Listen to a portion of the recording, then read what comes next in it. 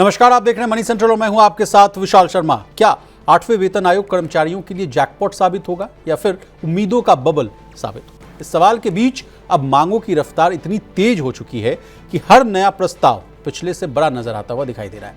इसी कड़ी में रेलवे के तकनीकी कर्मचारियों के संगठन यानी Indian railway technical supervisors association ने ऐसा दांव चला है जिसने पूरी बहस को जो है नई दिशा दे दी। एक नहीं बल्कि मल्टीपल फिटमेंट फैक्टर्स की मांग। अब मल्टीपल फिटमेंट जो फैक्टर है उसका मतलब क्या है? क्या सबके लिए एक जैसा इंक्रीमेंट होगा या अलग अलग जिम्मेवारी होगी, अलग अलग रिस्क होगा और अलग अलग काम होगा तो सैलरी भी अलग अलग होगी? तो चलिए आज इन सारे सवालों का जो है जवाब ढूंढने की कोशिश करते हैं। पूरी चर्चा में शामिल होने के लिए हमारे साथ मौजूद है प्रवीण शर्मा सर। सर, आपका मनी सेंटर में बहुत स्वागत है। धन्यवाद विशाल।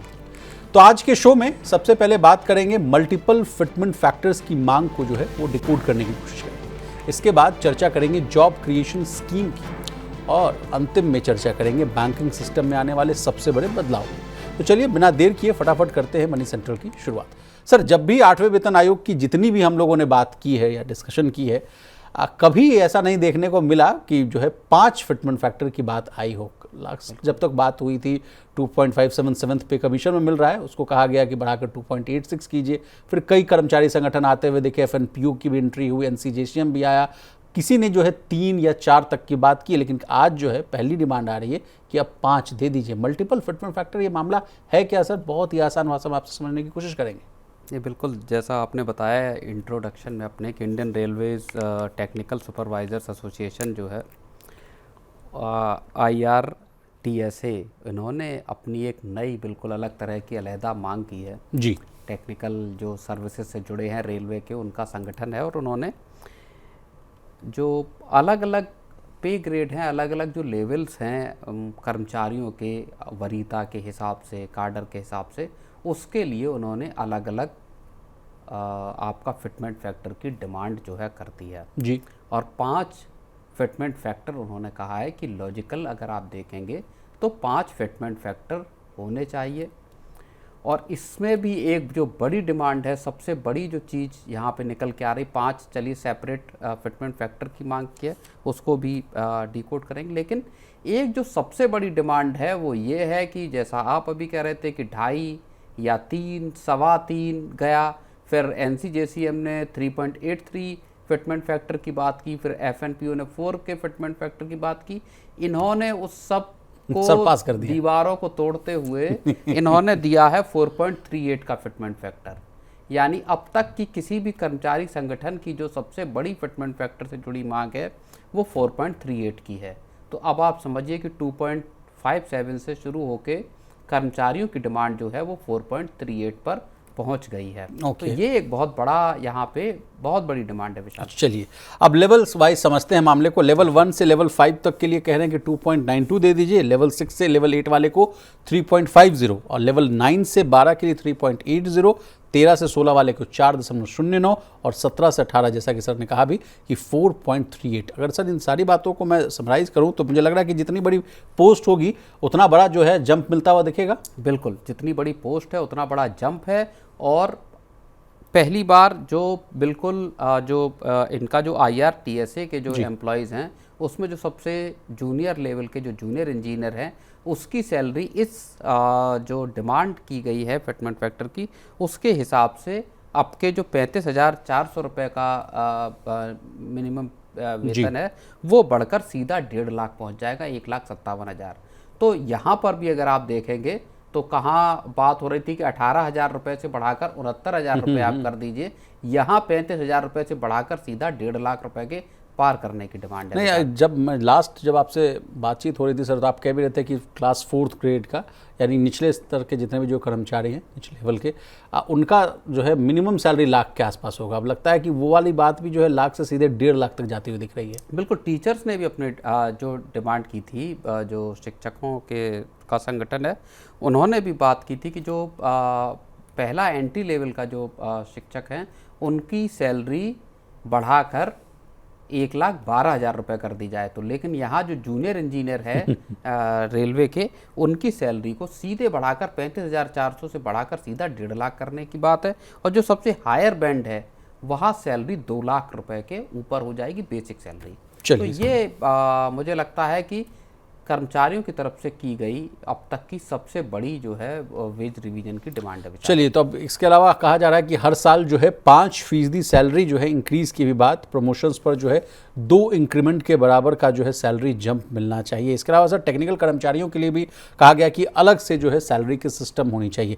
ओएनजीसी जैसी जो कंपनियां हैं जो सीपीएसई हैं सर, उस तरह का स्ट्रक्चर चाहिए। कहा जा रहा है कि ज़्यादा रिस्क है। उन्होंने यही बात कही है कि जो 5 फिटमेंट फैक्टर दिए हैं, दरअसल ये इसी आधार पर दिए। उन्होंने कहा है कि साहब जिस तरह ओएनजीसी या पीएसयू जो सीपीएसईज हैं उसमें जिस तरह के 5 पे बैंड हैं, लेवल्स हैं, उसी तरह के जो केंद्र सरकार के रेलवे के जो टेक्निकल कर्मचारी हैं उनका 5 ग्रेड हो, 5 लेवल हो और उनके लिए उसी के क्रम में अलग अलग फिटमेंट फैक्टर की बात। चलिए सर, अब आगे बढ़ते हैं। महंगाई भत्ते में बदलाव की बात कही जा रही है सर। कहा जा रहा है कि अलग से जो है आप सीपीआई इंडेक्स बनाइए और उस खर्च में जो है आप किन किन चीज़ों को ऐड करिए भाई। तो इंटरनेट का जो पैसा है उसको इंक्लूड कीजिए, बॉटल बंद जो पानी है उसको इंक्लूड कीजिए, हेल्थ इंश्योरेंस जो है उसको भी ऐड करिए। इसके अलावा डीए का 50% जो है उसको भी सैलरी में मर्ज करने की बात हो रही है। तो ये तो मांग पुरानी है, लेकिन नई वाली जो मांग है सर कि बोतल बंद पानी और इंटरनेट और तमाम खर्चों को जोड़िए। तो बिल्कुल उसका ये जो बात आपने कही कि साहब कंज्यूमर प्राइस इंडेक्स जो है, कर्मचारियों का कंज्यूमर प्राइस इंडेक्स वो अलग आए केंद्र सरकार के, और उसके हिसाब से जो इन्फ्लेशन निकल कर आता है आप उस इन्फ्लेशन के आधार पर यहाँ पर बढ़ोतरी कीजिए। जो आपका डीए हाइक जो साल में 2 बार केंद्र सरकार करती है, वहाँ पे इसका मतलब है कि वो भी बहुत चेंज हो जाएगा। अगर आप बॉटल्ड वाटर और इससे पहले भी जो डिमांड आई उसमें ब्रांडेड कपड़े जी, ये के जो कर्मचारी संगठन है उन्होंने मांग की कि साहब जो कर्मचारी है उनको और उनके परिवारों को भी ब्रांडेड कपड़े पहनने का हक है। इस चीज़ को आप इसमें जब महंगाई भत्ते का जब आकलन करें तो वहाँ की नहीं, ये मांग इसलिए भी उठ रही होगी सर कि लगातार पिछले कुछ वर्षों से अगर आप देखें तो डीए में जो है मुश्किल से मुझे लगता है कि 2 से 3% की ही बढ़ोतरी हो रही है। इस वजह से कर्मचारी संगठन चाह रहे हैं कि 10 साल के बाद होता है चेंज, इसलिए ये भी डिमांड को जो है इनकॉर्पोरेट कर लिया जाए। और उसमें जो देखिए, तो आपको क्या लगता है सर, एक अंतिम सवाल मैं आपसे पूछ रहा हूँ कि सब जितनी जो मांग आ रही है सर फ्रॉम 2.5, और कई ब्यूरोक्रेट से तो मैंने बात की थी 1.92 से वो कहानी की शुरुआत करते हुए दिख रहे थे, फ्रॉम 2 to 5, ये क्या मतलब कहाँ फिजिबिलिटी बैठती है? कहीं इन सब के बीच में बीच का रास्ता आता हुआ दिखेगा? 3 महीने बीच का ही रास्ता निकलेगा विशाल। 4.38 की डिमांड या 4 की डिमांड, या मुझे तो लगता है जो एनसीजेसीएम की भी जो डिमांड है 3.83 वाली, वो भी कितना पॉसिबल हो पाएगी सरकार के लिए उसे दे पाना, क्योंकि उसके साथ आप तमाम दूसरी चीज़ें भी असल में यहाँ पे इंक्लूड करने की मांग कर रहे हैं। तो सरकार के लिए खजाने की स्थिति के हिसाब से क्या सरकार ये दे पाएगी, ये देखना बहुत अहम होगा। और इसके साथ कई जो खबरें आई उसमें ये भी चीज़ आई कि जहाँ तक है ऐसा लग रहा है कि ये 2.57 ही सरकार देगी, जैसा पिछले वेतन आयोग में मिला था। जी, और सर इसी के साथ एक और लफड़ा है सरकार के लिए कि भाई एरियर देना पड़ जाएगा 27-28 तक, जैसा कि आप बता रहे हैं सर। 18 महीने का तो समय खुद जो है आयोग ने लिया है, उसके बाद जो कहा जा रहा है कि 5-6 महीना और 12 महीने के आसपास का समय और लग सकता है। अगर कंपाइल कर दिया जाए और 5 गुना वेतन बढ़ोतरी कर दी जाए तो उसके बाद समझिए कि कितना। 6 महीने तो अभी हो गए जी, वेतन आयोग के गठन को 6 महीने पूरे हो गए हैं, तो अब 12 महीने का टाइम अभी वेतन आयोग के पास यहाँ से और है, और उसके बाद जब सिफारिशें आएंगी उसके बाद वो सरकार के पास जाएंगी। जो पूरा स्ट्रक्चर है, प्रक्रिया है, सरकार के पास जाएगी, सरकार उसमें 1-2 महीने कम से कम लेगी। गहन चर्चा, पर चर्चा, खजाने को देखना, बाकी चीज़ों को, उसके बाद सरकार कोई फैसला लेगी। हो सकता है बहुत सारे सुझाव, बहुत सारे करेक्शन के लिए सरकार इन चीज़ों को वापस वेतन आयोग के पास भेज दे, फिर रिवाइज होकर सरकार के पास आएंगी। जब मंजूरी मिलेगी तो इस सब में जो 2 साल लगेंगे तकरीबन, और उसके बाद जब इसका सरकार को जब देना पड़ेगा 1 जनवरी से, तो जाहिर तौर पर वो रकम बहुत बड़ी। जो एक जेपी मॉर्गन की रिपोर्ट आई है उसमें यह कहा गया है कि सरकार को बतौर एरियर तकरीबन 4 लाख करोड़ रुपए देना होगा, और वो सरकार के खजाने से जाहिर तौर पर बहुत बड़ी रकम का आउटगो होगा। लेकिन ये भी बात कही गई कि ये कंजम्पशन का बड़ा बूस्ट भी यहाँ पे फिर नजर आएगा। अगर इस आंकड़े को और आसान भाषा में समझे सर, तो एक जीएसटी का कलेक्शन जो हर महीने का होता है 2 लाख करोड़ के आसपास का होता है, और 4 लाख करोड़ का अतिरिक्त बोझ पड़ता हुआ दिखेगा अगर एरियर दिया गया। एरियर का ही 4 लाख करोड़ रुपए का वन टाइम का आउटगो उस फाइनेंशियल ईयर में। हाँ, चलिए सर आगे बढ़ते हैं। भारत में छोटा बिजनेस शुरू करने की उम्मीद जो है अब धीरे धीरे कमजोर पड़ती हुई दिखाई दे रही है। कल्पना कीजिए, एक तरफ सरकार रोजगार बढ़ाने के लिए करोड़ों रुपए की योजनाएं चला रही, और दूसरी तरफ उन्हीं योजनाओं के तहत मिलने वाले लोन अचानक आधे रह जाते हैं। तो सवाल तो उठना लाजमी है। सवाल क्या उठ रहा है, क्या छोटे उद्यमियों का भरोसा टूट रहा है या बैंक अब नए सपनों को फंड करने से डरने लगे? Praveen sir, prime minister's employment generation programme, जिसे देश में रोजगार और स्वरोजगार का बड़ा इंजन माना जाता है, अब खुद जो है ये सुस्त पड़ता हुआ नजर आ रहा है। आंकड़े बताते हैं कि न सिर्फ लोन कम हुए बल्कि आवेदन करने की संख्या में भी भारी गिरावट आई है। अब क्या है ये पूरा मामला सर, इसको भी थोड़ा आप समझाइए।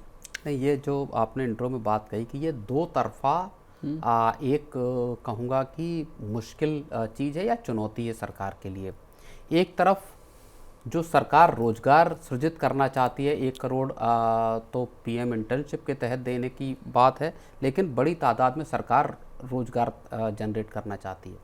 दूसरी तरफ सरकार एमएसएमईज को खड़ा करना चाहती है कि जो तमाम ग्रेजुएट जो निकल कर आ रहे हैं उनको उनके पास न केवल नौकरी का अवसर हो बल्कि वो अपना बिजनेस भी खड़े करें। अब यहाँ से दोनों ही चुनौतियाँ पैदा होती दिखाई दे रही, क्योंकि जो सरकार की एक बड़ी फ्लैगशिप स्कीम है अपना छोटा बिजनेस शुरू करने की और उस बिजनेस के जरिए रोजगार देने की, उसके लिए जो लोन लेने की सैंक्शन हो रहे हैं या एप्लीकेशन आ रही, दोनों में बड़ी गिरावट आई है। लगातार तीसरा साल है जब इसमें गिरावट आई है जी। तो आंकड़े हैं बस, थोड़ा सा उसको कंटिन्यू कर लेते हैं। जिस तरह से कहा जा रहा है कि फाइनेंशियल ईयर 26 में बैंक लोन लगभग जो है 50% गिर गए। आंकड़ों से समझिए, फाइनेंशियल ईयर 25 में 12,315 करोड़ था, जो फाइनेंशियल ईयर 26 में गिरकर मात्र 6,148 करोड़ हो गया, यानी आधे से भी कम हो गया। सर ने भी कहा कि लगातार ये तीसरा साल है जब ये गिरावट देखने को मिल रही है। लेकिन सर, लोन ही नहीं, मान लीजिए लोन वाले नंबर में ही गिरावट नहीं आई है, बल्कि उसके डिमांड में, जो एप्लीकेशंस ले रहे हैं उसकी में डिमांड में कमी आई है। फाइनेंशियल ईयर 26 में 10 साल का सबसे कम आवेदन आया। कुल 2.31 लाख आवेदन में से सिर्फ 21% मंजूर भी किए गए सर। बिल्कुल, और उससे पिछले साल 3,40,000 के लगभग आवेदन आए थे, 50,000 ही केवल और केवल एप्लीकेशंस अप्रूव हुए हैं। इसका सीधा असर इस तरह से विशाल समझिए कि देश में लगभग 8 करोड़ एमएसएमईज हैं जी, और सबसे बड़ा जो एम्प्लॉयमेंट जनरेशन अगर कहीं है किसी एक फील्ड से, तो वो एमएसएमईज के जरिए लगभग 32 करोड़ क्या बल्कि तकरीबन 33 करोड़ के आसपास रोजगार जो है, नौकरियां जो है वो सीधे तौर पर एमएसएमईज देते हैं। इस वजह से इनको देश की पूरी मैन्युफैक्चरिंग में भी अगर आप हिस्सेदारी देखेंगे तो 35% है जी, और जीडीपी में 31% के आसपास की हिस्सेदारी ओवरऑल एमएसएमईज की है केवल। बताइए, तो देश की पूरे के पूरे जो कारोबार की या इकोनॉमी की एक तरह से हम मान सकते हैं कि रीढ़ की हड्डी है। अब वहां आपका कर्ज की डिमांड भी कम हो रही है, बैंक क्या कर्ज देने से पीछे हट रहे हैं, ये एक बहुत बड़ा सवाल है। एक मसला जो यहाँ सामने आ रहा है वो ये सामने आ रहा है कि जब FY26 की जब हम बात करते हैं 2025-26 की, तब वो 15वें वित्त आयोग का या फाइनेंस कमीशन का आखिरी साल था, और इसलिए बैंक थोड़ा सा जो है उन्होंने हाथ अपने पीछे खींचे कि क्या इस स्कीम को आगे बढ़ाया जाएगा या नहीं बढ़ाया जाएगा। असमंजस था जो नया वित्त आयोग आएगा उसकी क्या अप्रोच रहती है। और जब 16वां वित्त आयोग आया तो उसने इस चीज को मेंशन भी किया कि साहब इस जो स्कीम है इसमें कई इनकंसिस्टेंसीज हैं, अनियमितताएं हैं एक तरह से। इस वजह से बैंक, अच्छा एक और वजह, बैंक एनपीए की वजह से भी डरे हुए हैं, रिस्क का डर। बैंकों को लग रहा है कि एमएसएमईज ये पैसा एम्प्लॉयमेंट जनरेशन के नाम पर तो ले रहे हैं, लेकिन ना नौकरी पैदा कर रहे हैं, ना जो एमएसएमईज हैं वो ये पैसा चुका पा रहे हैं। तो ये एक बड़ी यहाँ पे मुश्किल की बात है। और सर, जिस तरह से अभी का जो मूड माहौल है, ग्लोबल अनसर्टेनिटीज़ देखिए, और हम लोगों ने खुद मनी सेंटर में इस बात को जो है डिस्कस किया था कि सूरत से ऐसी खबरें आ रही थी, कई प्लांट्स जो हैं नोएडा, इनफैक्ट वहाँ भी जो है जो मार पड़ती हुई दिखी टैरिफ को लेकर। उस वजह से जो है एमएसएमईज जो है कई कंपनियों को बंद करना पड़ा। कई जगह तो ऐसी बातें सामने आई कि एम्प्लॉय हैं, काम करने के लिए जो प्रोडक्ट चाहिए वो नहीं, और कई जगह अगर प्रोडक्ट हैं तो एम्प्लॉय नहीं, क्योंकि वो घर चले गए, लौट गए। तो ये सब भी दिक्कतें आई इस वजह से। बिल्कुल, एक्सटर्नल फैक्टर भी यहाँ पर एक बहुत बड़ा जो है वो वजह साबित हुआ, जिस वजह से बैंक थोड़ा सा पैसा देने से इन एमएसएमईज को अभी बच रहे हैं। जी, अब रोजगार पर कैसे सीधा असर पड़ रहा है ये भी एक आंकड़ा है, वो भी समझ लीजिए। पीएमईजीपी का मकसद सिर्फ रोजगार पैदा करना है, लेकिन फाइनेंशियल 22 में 8.25 लाख नौकरियां थी।